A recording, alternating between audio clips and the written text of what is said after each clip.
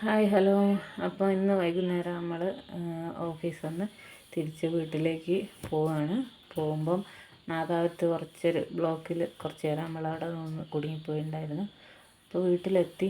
വീട്ടിൽ നിന്ന് അവർക്ക് സൈക്കിൾ ഓടിക്കണം എന്നൊക്കെ പറഞ്ഞപ്പോൾ രണ്ടാളും കൂടെ സൈക്കിൾ ഓടിക്കുകയാണ്.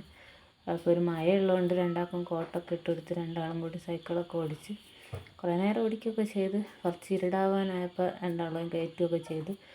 അപ്പം പിന്നെ നമ്മളെ കുളിയൊക്കെ കഴിഞ്ഞ് അപ്പോൾ ഏട്ടായി പറഞ്ഞ എന്ത് സ്പെഷ്യലാക്കി ഉണ്ടാക്കുക എന്നൊക്കെ. ഞങ്ങൾ വിചാരിച്ച് സ്പെഷ്യൽ തന്നെയാണ്, പക്ഷേങ്കിൽ സോയാബീൻ ഫ്രൈ ഉണ്ടാക്കുന്നത്. അപ്പോൾ അതിൻ്റെ ഇടയ്ക്ക് താഴേന്ന് ചേച്ചി എൻ്റെ അവിടുന്ന് വീട്ടിൽ നിന്ന് പായസം കൊണ്ടു തന്നിട്ടുണ്ടായിരുന്നു. അത് അതിൻ്റെ ഇടയ്ക്ക് കുടിച്ചുകൊണ്ടിരിക്കുന്നുണ്ട്.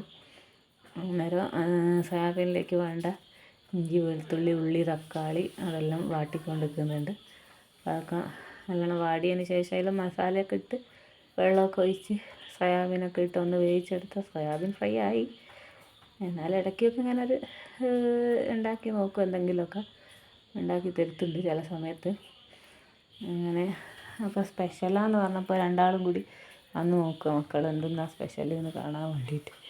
പിന്നെ ഉള്ളിയൊക്കെ ഒന്ന് വാടിയതിന് ശേഷം അതിലേക്ക് വേണ്ട മുളക്, മഞ്ഞൾ, പിന്നെ ഇറച്ചി മസാല, ഗരം മസാല, മല്ലിപ്പൊടി അങ്ങനത്തെ ഒക്കെ ഇട്ട് പിന്നെ കുറച്ച് വെള്ളമൊക്കെ ഒഴിച്ച് സോയാബീനും അതിൻ്റെ അകത്ത് ഇട്ടിട്ട് പിന്നെ അതിൻ്റെ ഇടയ്ക്ക് ഉപ്പൊക്കെ നോക്കി, എന്നോട് ഉപ്പൊക്കെ നോക്കാൻ പറഞ്ഞ് കുറച്ചും കൂടി ഉപ്പൊക്കെ ഇട്ട് പിന്നെ മസാല പിന്നെ എന്തൊക്കെയോ എടുത്തിട്ട് മസാലകൾ കൂടിപ്പോയി നല്ലൊരു പ്രശ്നമുണ്ട്.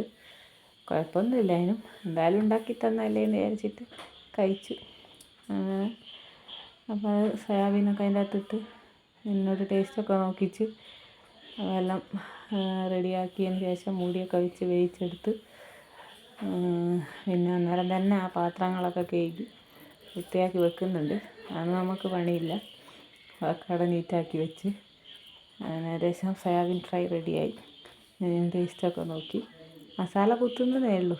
പിന്നെ നമ്മൾ ഭക്ഷണം കഴിച്ച് മോൻ്റെ എക്സ്പ്രഷൻ കണ്ടറിയാം അതിൻ്റെ ടേസ്റ്റ്. അപ്പോൾ ഇന്ന് ഇത്രയൊക്കെ ഉള്ളൂ.